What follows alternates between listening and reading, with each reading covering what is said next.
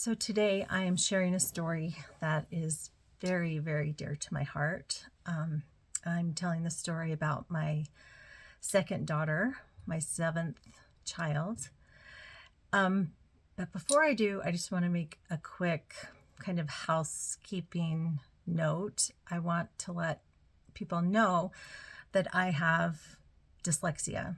And so a lot of times in my speech, I will mix up words. I will mix up words to the point that the meaning gets changed. It was one of the biggest challenges for writing this book was my dyslexia, because not only did I mix up letters within words, I would mix up the structure of the sentence. So my brain just works a little differently, and it comes out in my speech. It comes out in my writing. Some of the other things I mix up are colors. So orange and green.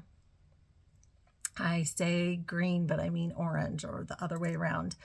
Left and right, that's always been a problem for me. East and west direction, they are automatically flipped in my head.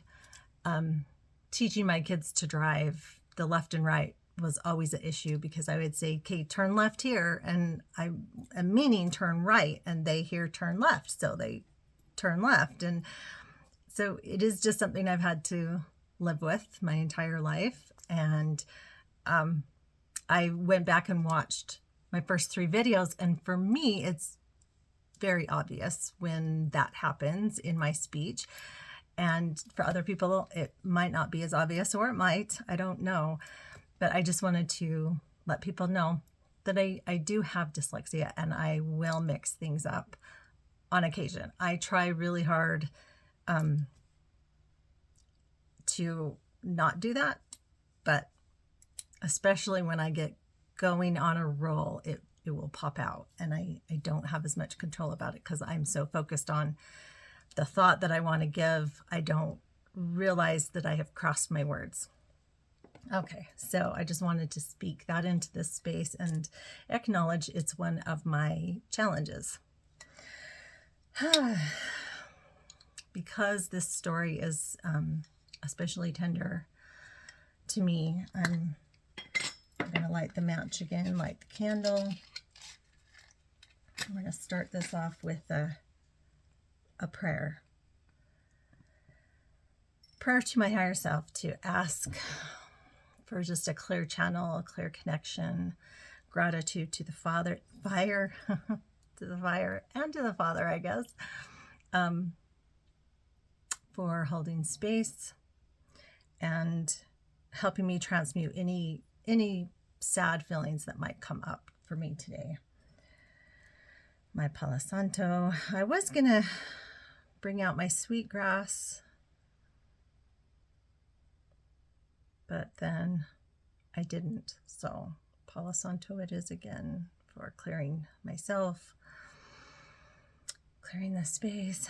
Thank you to Palo Santo and fire. Asking it also to keep my computer from shutting down or having any issues, and especially helping to open my heart and just give this story the honor that it holds in my life. I really hope that I can portray that to you. I am going to be reading a lot from my book today to tell this story, because I've already written it down, and sometimes I can get lost in the details, and this will kind of help keep me focused. I still want to keep it to around an hour, but it's super easy to get carried away when I talk about my baby girl. I started this chapter, An Angel on Earth, with a quote from Fraser Crane. He says, "You're mourning the loss of what you thought your life was going to be. Let it go. Things don't always work out as you planned. That's not necessarily bad. Things have a way of working out anyway." And that is certainly relevant to the case of my seventh baby. So it was July of 2007 when I learned I was pregnant again. Now, both my daughters were conceived basically on the same day in June, the June solstice, summer solstice, and they had the due date of spring equinox the next year. So March 20th was the due date for both my girls. And sometimes when sometimes for me, I've been able to know that our intimate relations, our lovemaking was going to produce a child. And that was true for this baby. Like, I knew. And I will say, at this point in our life is probably the most spiritually in tune that we were. We were the closest to living the religion fully and completely than we had ever been. Like, it was a very spiritual time in our lives. I was 38 when she was conceived, 39 when she was born. And my husband, I found out I was pregnant on my husband's birthday, and it was his 40th birthday. So not exactly the news he wanted to hear for his birthday, that we were having another baby. That day, my son, our oldest son, was working it was called Camp Firewalker. So he was working up in the Rocky Mountains for the summer. And he called to wish his father a happy birthday. And then he was kind of like, oh, by the way, he took our Suburban to camp for the summer. And the Suburban was the only car we had that could fit the entire family. Well, it broke. It broke down, and it was never coming home again. It was permanently stuck in the Rocky Mountains. So those were two hard newses to get on his birthday. And then I went out to buy some things for his birthday dinner. While I was gone, our third son was riding his bike, and we kind of lived on a hill at that point. And he crashed his bike and broke his arm really, really bad. And my husband called me and said, bring the car home. We gotta run this child to the hospital. And at first I was like, you're just bullshitting me. He was fine when I left. And he's like, no, I'm not kidding. Get home right now with the car. We got to go to the emergency room. So that break was really, really bad. He ended up he needed surgery and pins to hold his bones in place. And this poor child, he was, the third boy and played rough. And that was like his sixth broken bone. And he was only, I don't know.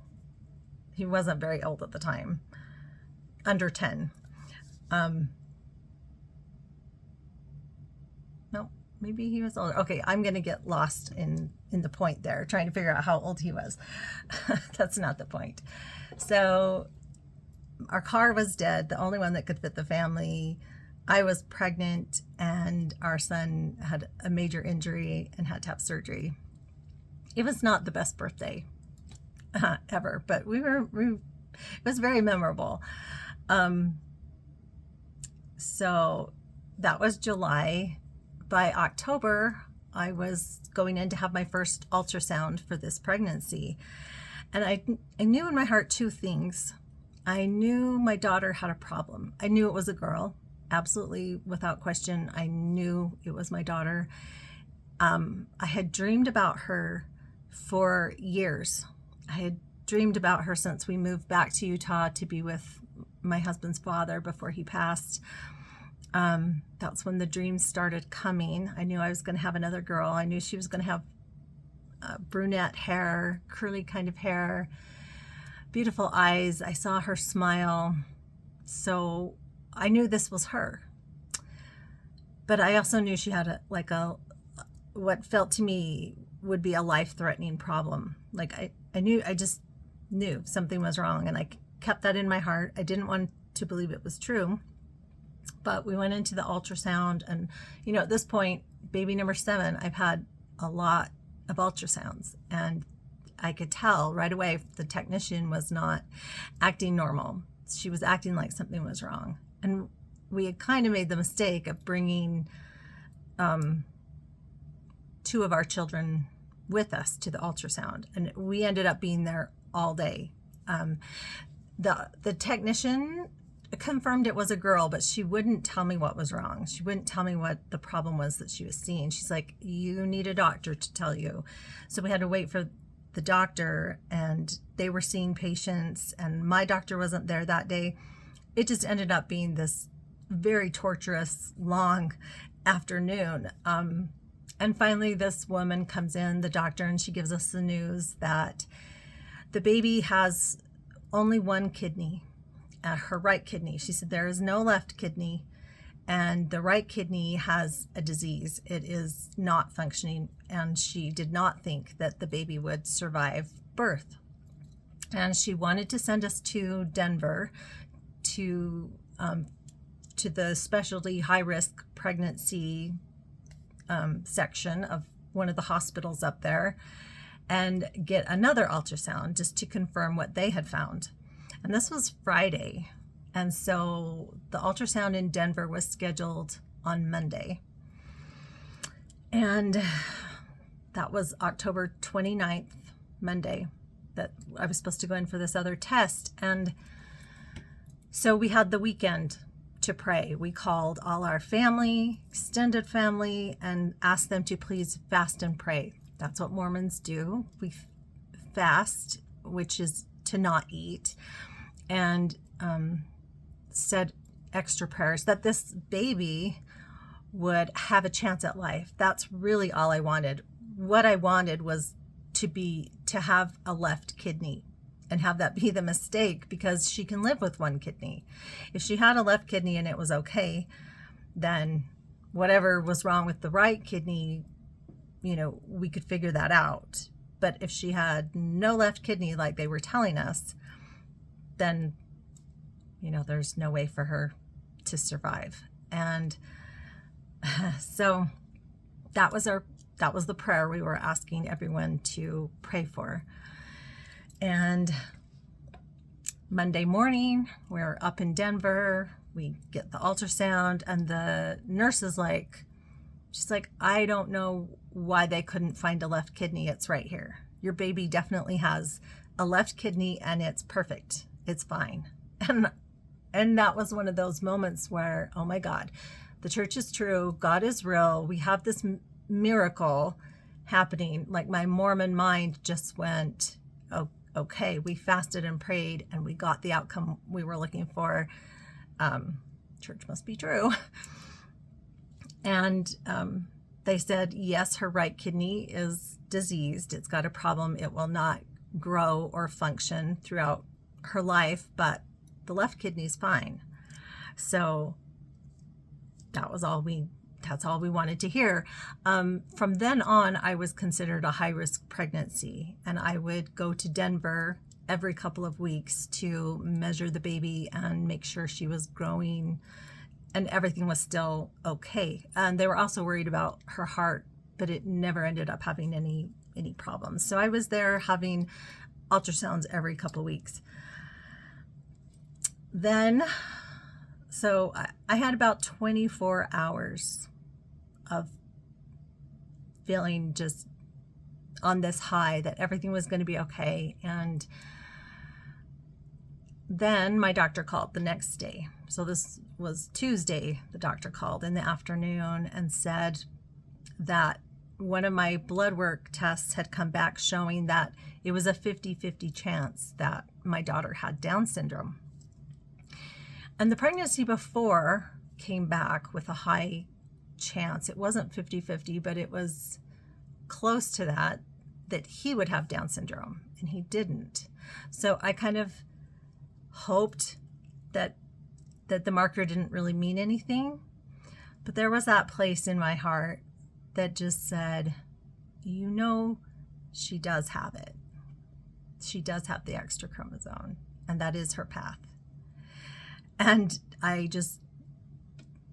that piece was there, saying that within my soul, but I did not want to acknowledge it. I shoved it down and was like, nope, I'm not going to accept that right now. The next day, Wednesday, was Halloween, and we were going to take 3 of our children to Disney World. When you have a big family like that and the ages are so spread out, we had divided the trips. And so earlier we had taken our oldest 3 to Disney World, and then this time we were just taking our middle 3. So Richard got to go twice because he got to go with the older kids and he got to go with the younger kids. So my mother-in-law was coming to stay with the rest of our children. So my oldest 2 were in high school at the time I was pregnant with our 7th baby. And then of course I had baby number 6, and he was like a year and a half old. So I didn't want to bring him. Being pregnant, I just wanted to kind of have an easy trip and enjoy myself with our 3 middle kids. The youngest 2 in that group hadn't been to Disneyland before. So we had this trip planning, and I'm wrestling with this idea that she has an even bigger problem now because Down syndrome in my mind scared the hell out of me. Like I just didn't know enough about the conditions and the possibilities of what that could mean. So I was truly terrified of it. Joseph Campbell said, "We must let go of the life we've planned so as to accept the one that is waiting for us." And learning to let go of my expectations for my life, that was the hardest. That was the hardest lesson.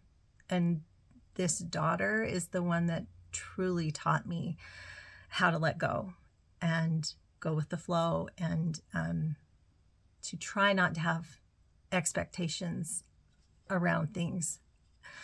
So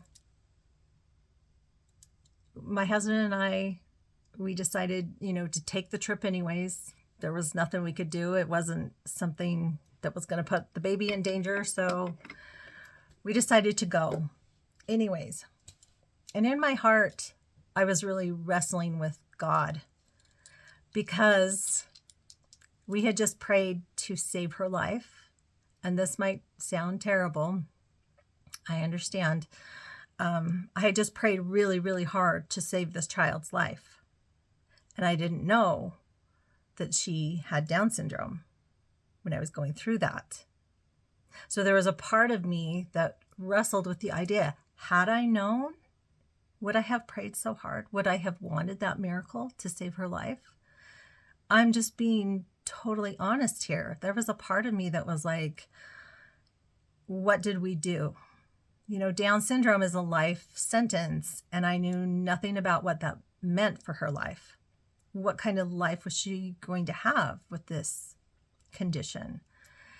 And then for myself, I'm like, this was not in my soul contract. I do not remember agreeing to have a child with special needs, being a real bitch about it, a real snot about it. Like I'm talking to God in these moments of like, I don't understand. This was not my plan. And so this kind of was the state of mind I was in when we went to Florida. So we had scheduled an amniotic test to confirm her DNA in December. So it was like 6 weeks away. And I was going to go to Denver every other week. They were measuring her. So I really just kind of, at that point, turned it over to God and said, well, I'm doing the best I can on my end. I'm, living right, eating right, trying to grow a healthy child, and that's all I can do. And the rest is up to God. He'd already given us a miracle once, and many people in our extended family felt like he could do it again. He could take the Down syndrome away if he wanted. That was kind of the state of mind of some of our extended family. So we went to Florida, and I tried to just put all of that up on a shelf and not think about that. I just wanted to have fun with my kids. And that first night in Florida, I had a vision. I had a revelation. And this revelation that I'm going to share upset some people in my family. But for me, it was an answer to those prayers I was praying before we left. And I probably will just read this part of it so that I can stay focused. So this is the vision I had. I dreamed that I was walking into my parents' home. It was filled with all of our extended family, Randy's and mine. As soon as I walked in, every head turned to look at me. I met their questioning eyes bravely as I told them about our baby. I sincerely poured out my heart to all of them. I told them how our collective prayers had been answered, and she now had a chance at life. However, there was another risk, a new possibility for more problems. I told them about the likelihood of Down syndrome, how I didn't know what kind of life she would have,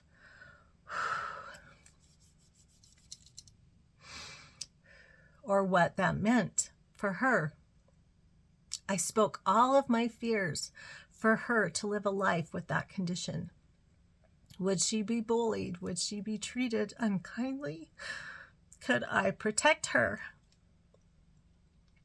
I worried that I wasn't a good enough mother to care for a child with special needs. I didn't feel worthy enough to raise her. I left nothing out of my doubts, exposing my fears and anxieties with all the dreadful details. Then I just stood there waiting for a response in the shameful silence of the room, with everyone staring at me with shocked looks on their faces and pity in their eyes. I took their stillness as agreement for my concerns and worries and apprehension. I couldn't keep it together any longer, and I broke down sobbing, holding my head in my hands.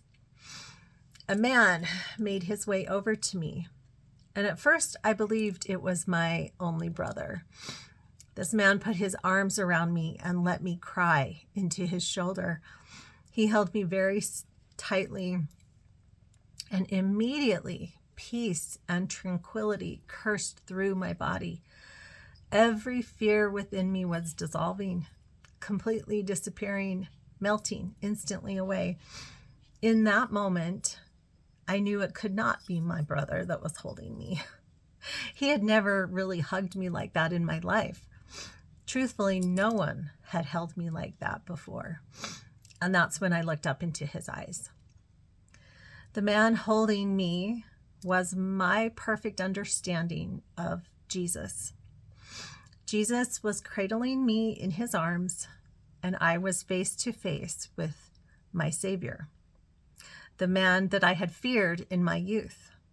His loving eyes gazed down at mine, piercing my soul with his tender, affectionate care concerning me. With this realization of who was holding me, instantly the room and the people faded away from us. We were magically transported to a peaceful, beautiful mountain with a stream. We sat down on a large rock next to this babbling brook, as if it was the most normal thing in the world for me to be sitting there talking to him. Jesus continued to hold and comfort and converse with me. I should have grabbed Kleenexes. Jesus told me I could do this. I would be a good mother to her. He told me not to be anxious, that all would be well. We would be happy. He spoke many kind and affectionate words to my troubled, weary heart, and I trusted that the pure love that I felt flowing from him was so strong and crystal clear that he loved me. I could not doubt what he had said to me was true. I had to have faith and trust in myself and trust in him. In that moment, in my vision, I knew that he was right and everything would be okay, no matter what happened.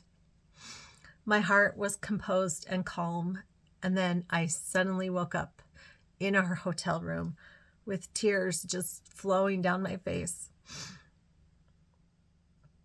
As I laid there in bed, I could still feel his love. I could feel his arms still embracing me. And that experience flipped everything. It changed my perception of my situation. It gave me hope that even though I was facing this, what I thought was an overwhelming trial, I thought I was being asked to bear more than I could bear. But the truth was, I was not. I was totally capable of giving birth to this daughter and raising her. And that vision gave me the hope that I needed, that I could handle whatever was going to come my way with the pregnancy, with this baby. I knew, now I'm super Mormon at this point. I knew that Jesus had my back. I knew I had been held in his arms. So this was the first time that I started to question the image that the Mormon Jesus presented to me, because I had grown up in fear of God and in fear of Jesus, because they were judgmental. They were mean. That's the image. It was not a loving Christ that I knew growing up, but this was a very loving experience with the Christ figure. And so that was a little aha moment of maybe God isn't what the church says he is. Maybe Jesus isn't what the church says he is. I had 3 visions on that vacation in that hotel room. So that was the first vision with Jesus. The second vision, revelation, was for my oldest son, and it would not come true for a full year before that vision manifested. And then the third vision I had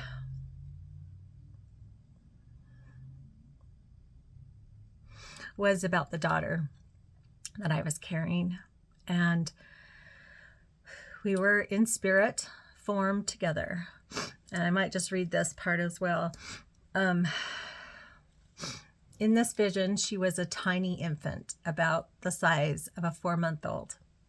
And I was holding her in my arms, and we were communicating through our thoughts. She could communicate perfectly with me. I understood her, even though that we didn't speak out loud. We spoke heart to heart. She said that she chose me, and that I was her mom. And I told her she needed to choose again. I knew that she was special. She was this special soul, and she needed somebody who would give her the best care. At that moment, I was still not feeling good enough or worthy enough to be her mom. Pause on this vision. There is a belief in the Mormon church. Now, it has changed over the decades, but the belief at the time that I was wrestling with this worthiness issue was that children with Down syndrome, children with major mental disabilities, are like what we would call golden children. They have their salvation secured. They are celestial babies, meaning she automatically will go to the celestial kingdom. She does not have to be tested and tried. So that's where the worthiness came in. I had this belief system that I have a child here that is going to go straight to heaven when she dies because she lived so perfectly her life in the pre-existence. She did not have to be tested or tried. Now, roll the clock back to the 1940s, 20s, 30s, 40s, 50s. The idea was that children with disabilities, children born with Down syndrome, were evil in their past, in the pre-existence, that they did not choose God. And so they were being punished with kind of broken bodies. And so that is the mentality that the older people in my extended family had. I will say my mother-in-law wrestled with that because she prayed the hardest to take the Down syndrome away. That's coming up in the story a little bit. But so there was this idea. The older generations viewed people with Down syndrome as having done something evil, not chosen God in the war in heaven, but they were allowed to come down and get a broken body. My generation growing up had flipped that narrative, and I was raised with the understanding that children with special needs were golden children. They were children who did not have to be tied or tested by Satan because they were perfect in the pre-existence. They lived a beautiful, perfect life, and their soul did not need judgment. And that's why they were born into these imperfect bodies, and basically had golden tickets to heaven. So the worthiness issue for me came up with the idea that I have a child that's going to go straight to heaven. I didn't feel, it just felt like a super daunting task to try to raise her. I don't know that I'm wording that correctly. So back to my vision. Let's go back to it. So at that moment, I was wrestling with the worthiness issue to be her mom, and she laughed at me. She literally laughed at me and said, "Of course you will be the perfect mom for me." She said, "That is why I chose you." And that's when I put her down in my vision. And I said, "No, I can't. I won't. I'm sorry." I said, "You have to choose somebody else." And I began to cry, and I turned around and started to walk away from her. And as I was leaving, I took one last look back at her, and the look on her face and the thoughts in her mind said, "Where are you going? Come back." She said, "I'm waiting for you." She said, "Come on, Mom, you're being dramatic. You are my mom, and you know it." It was those last words. It still gives me goosebumps. I stopped dead in my tracks. The truth was, I did know it. I did know that I was supposed to be her mom. And my frozen heart in that moment melted. And I turned around and I picked her back up and scooped her in my arms, and I kissed her forehead. My mom took a picture of me and Emma after she was born when they came out to see her. And I've carried this picture with me for years because it was this moment in my vision.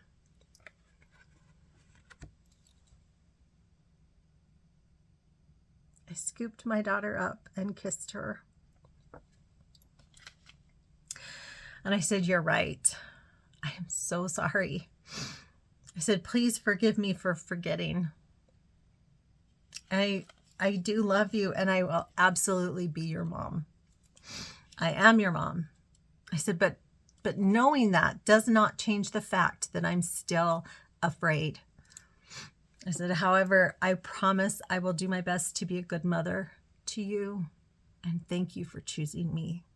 And she snuggled into my arms, and I walked off with her in my arms, and the vision ended. My mother also took another picture when we were visiting her when my daughter was about 4 months old. And this picture I kept with me, like every day I looked at this picture, because this is the look. This is the look from my vision. This is how my daughter looked at me, right down to having a toy in her hand when she said, "Come back. You're being dramatic. You're my mom and you know it." That's her. That was her look. And she was telling me, "Get back here, Mom." So she was my dark-haired baby. Both my girls had the dark hair and the dark eyes, like my second baby. Those two pictures I looked at every single day for those early years. I kept them as bookmarks in whatever book I was reading because I needed that daily reminder. She chose me, I chose her. It was a part of my plan. I had just forgotten.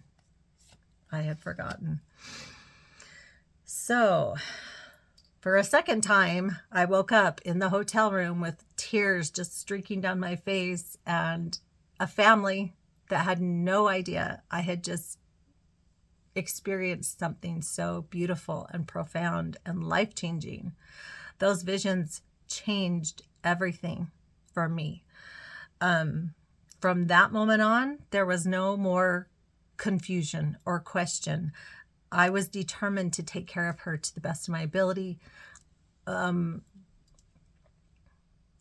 My prayers changed from that moment on.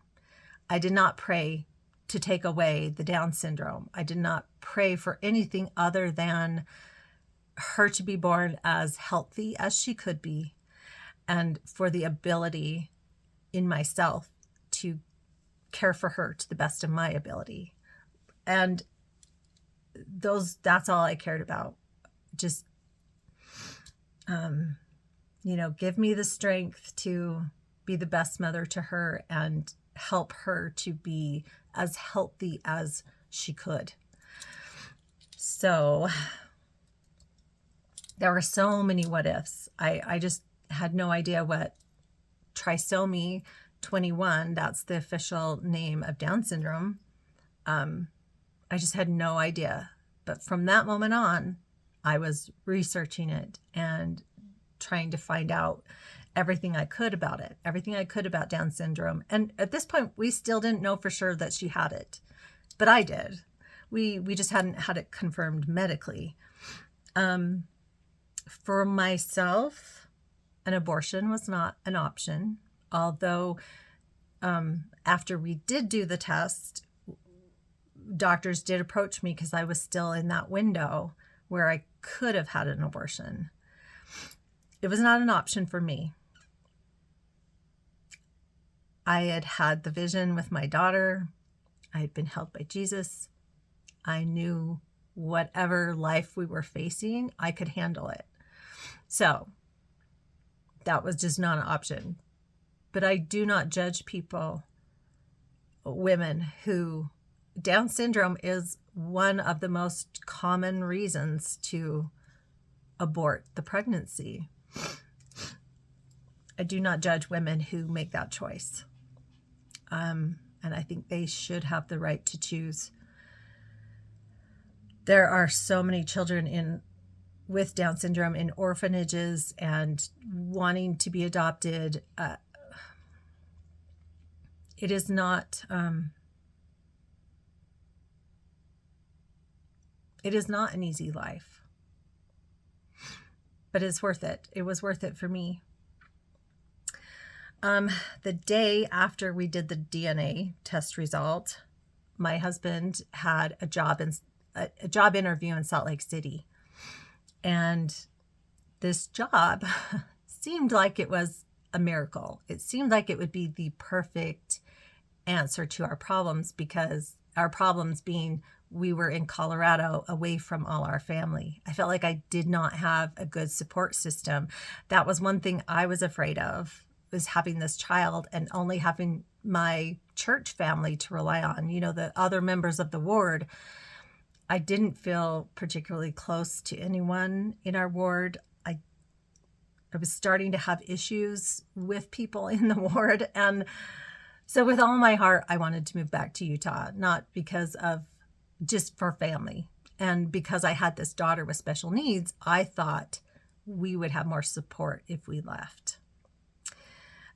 So he flew to Utah and had this job, got an offer, and he was supposed to start the job in February of 2008. And our daughter was due March of 2008. So we decided to stay in Colorado, and our oldest was a senior. So we wanted him to finish out his senior year and let all the kids finish out their school year. And then in the summer, we would move with my husband to Utah. So baby number 7, my tiny, tiny little girl, she was induced because with the timing, we kind of had to plan the pregnancy. And I kind of wanted, there were some issues with me getting preeclampsia and high blood pressure. So it was better to take her sooner than wait. That's what the doctors told me. So she was born March 12th, 6 days before my other daughter was born. This is Emily Joan, named after her mama, Mindy Joan. I'm Mindy Joan. She's Emily Joan. And she had to come home on oxygen. She needed oxygen to breathe. Here's my 2 girls, side by side. These sweet little baby girls. Finally had them. So she was 6 pounds, which is small compared to my other babies, but for a baby with Down syndrome, she was, that was pretty good. She had the large, dark, beautiful eyes and the dark hair, just like I had seen in my dreams. So she needed oxygen for the first 5 weeks of life, but that was really her only issue. That and the right kidney did not function. So basically, she was healthy. She was good. And like I said, she was on oxygen for 5 weeks, and we were getting ready to move. I think we moved in July. My son graduated the end of May. Took us a little while to get the house ready for selling and pack up all our stuff. And we moved in with my parents, who had a really large house for just the 2 of them. So we took over the basement of my parents' house, and my oldest son, who had graduated, he spent another summer working for the Camp Fire Walker that he had worked the summer before. So he didn't move right away with us. So it was our little family of 6 children. Mom and Dad moved back to Utah. And eventually we found this house that we live in now and moved back close to family. It was good and bad moving back to Utah. Part of me wonders if I ever would have left the church if we'd have stayed in Colorado. I don't know. Our path was to come back here, and coming back to Utah definitely was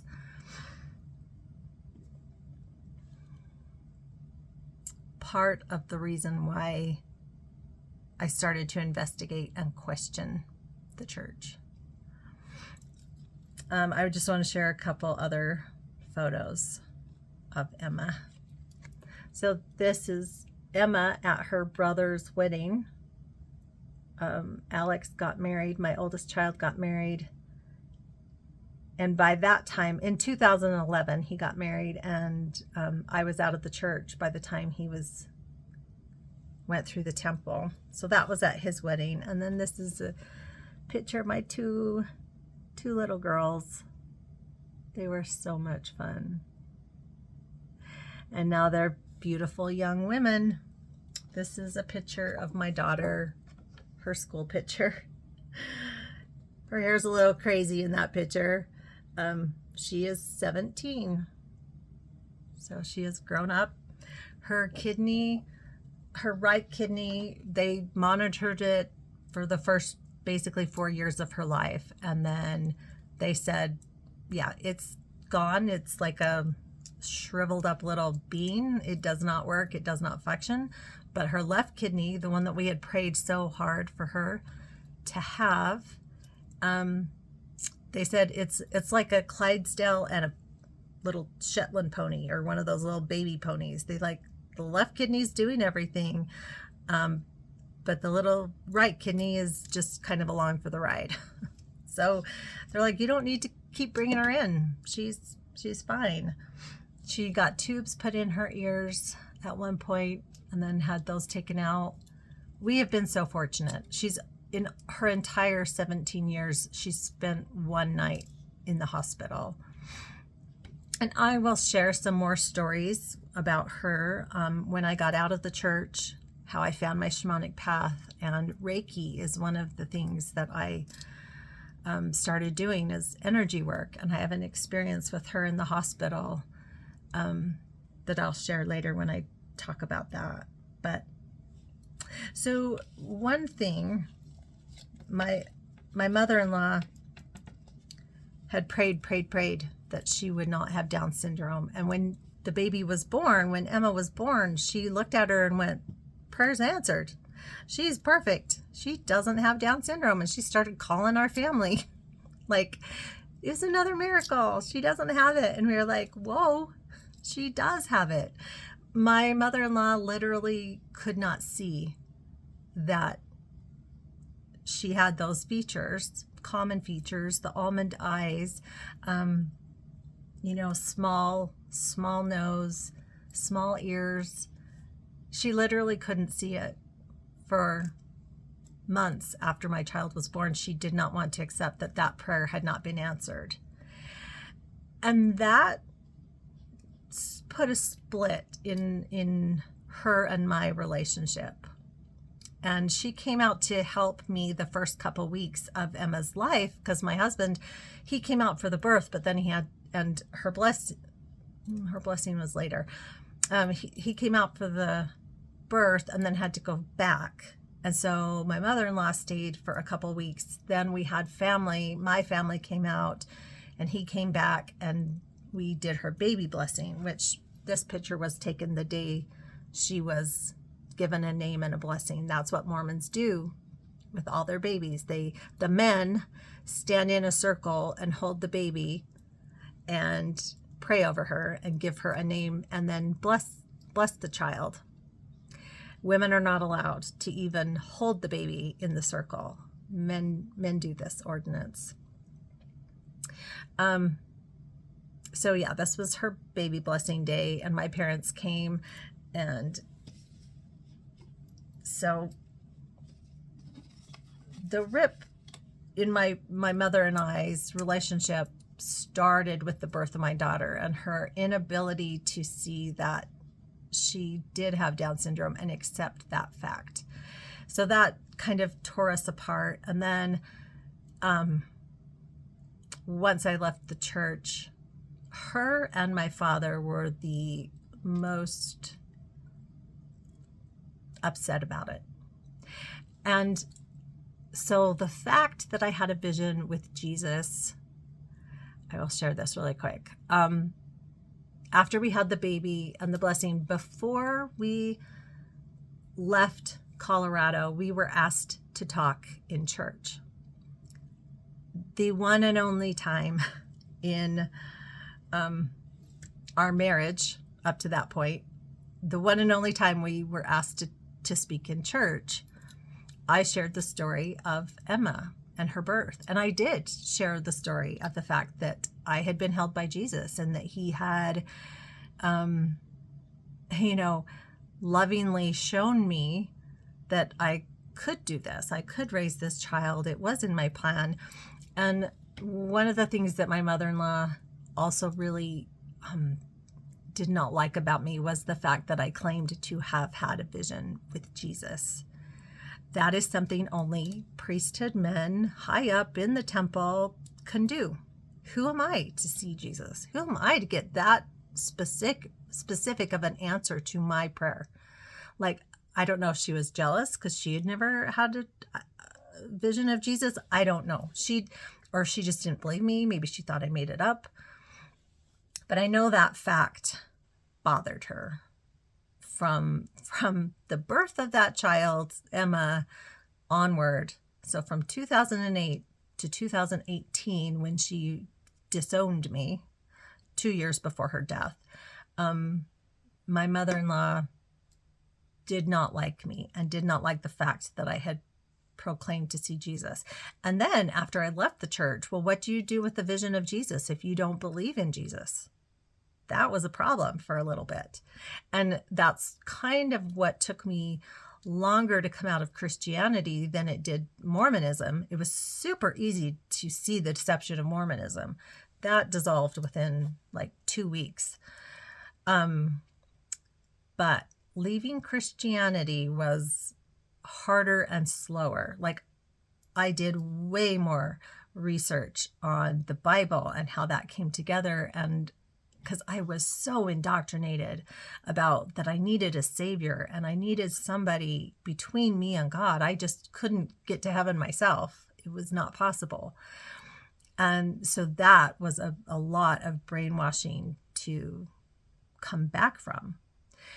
So people ask me what I've done with that vision since. What does it mean to me now that I don't believe in a savior? I don't even believe that Jesus that is portrayed in the Christian church ever walked on the earth. I believe in another man that the stories came from and were taken from, but he never proclaimed to be a savior. So those are future episodes, of course. But so what do I do with that vision? Because it was so real. Like, absolutely. I still believe in the vision. It still touches my heart to this day. But here's what I believe. Had I been a Hindu and in that same situation, wrestling to talking and praying to gods and goddesses, because they have so many, I believe one of those goddesses would have answered my prayer. If I had been Muslim and praying, wrestling with that problem, I believe I would have had a vision. Maybe it would have been Muhammad that answered that prayer, or I don't know. I think I saw the religious person that I needed to see in that moment, and that it was based on my conditioning. It was based on that. But that doesn't mean it wasn't real and it wasn't important and it didn't matter. It did, and it was real. I believe Jesus, the Savior archetype, is out there. I believe in archetypes, and Carl Jung talks a lot about that. He was really the one to introduce that concept of archetypes. I believe in the energy of a savior figure, and that's what he was to me in that moment. He was saving me from myself, from the doubt that I had in myself, from the overwhelm and sadness, and then helping me remember my plan, helping me remember my daughter. So yeah, leaving the church does not change the vision, does not change the beauty of the answer to that prayer, because it absolutely was an answer to my prayer. It was a revelation, and it was a wake-up call for me to realize Jesus could answer my prayers personally in a very, very beautiful, clear way that I was conditioned to believe could not happen. I was conditioned to believe that only the apostles of the church get to see Jesus, or people that are in the temple maybe can see Jesus or have an experience with Jesus, but he came to me in a vision, in a dream. So that also started to put just a little crack, another little part of the curtains, because I had had this experience that I had been conditioned to believe I couldn't have. So I think it was all just a part of me laying the foundation to wake up and find my way out of the church. I will never deny that I had that experience with Jesus and being held in his arms. But I do not believe in the Jesus that the Christian church teaches. I do not believe in a need for a savior to get back. I believe in Jesus's words from the Bible, words that they put in the mouth of Jesus is more like it. And the Bible will be discussed in detail in a future episode. But for today, we are at the hour mark, and I'm so happy I was able to tell her story without too many tears. And yeah, so because I am doing a temple episode on Saturday, I think the next episode that I will share is to do with the plan of salvation. I think it's really important to know what Mormons believe, to know what I was giving up by stepping away and saying, I don't believe this anymore. I think it's really important to put out there what they consider to be the plan of happiness. That's what the Mormons call their gospel, their doctrine. It's the plan of happiness. So, yeah, I'm going to share the plan of happiness next time. And that might take 2 episodes because it is a freaking lot. Mormons complicate everything. They complicate life, and they complicate the afterlife. Like, I'm still scrolling.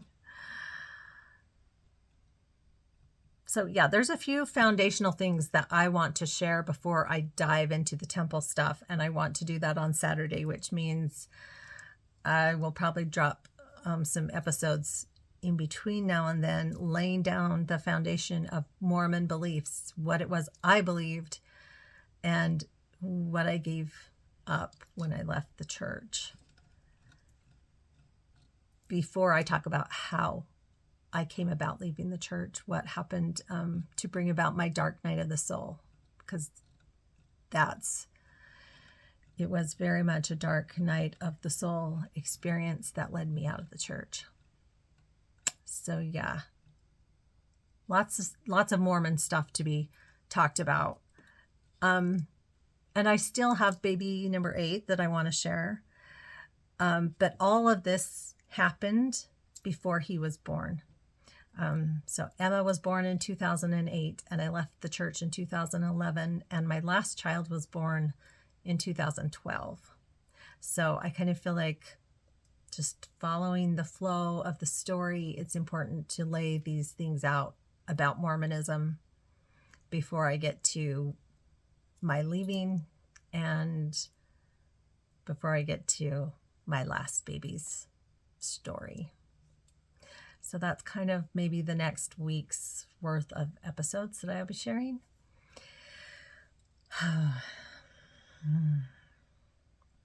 Yeah, thanks for listening to the story of my angel on earth, because that is what she is to me.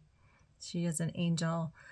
I love her, and I do feel so blessed to be her mother. And I love to see how my children love her. My children have been so loving and accepting to her. And, you know, watching my children interact with each other, it just makes me, oh, it makes me so happy. They truly love and care for one another. And as adults, of course, they've gone their own way. They have their own families. But every time we're together, every time her siblings see her, there is love and joy and a connection that just reaffirms that we were meant to be together in this life. We were meant to come as this family and share experiences and love one another. So, okay. Namaste. Thanks for listening. Until next time.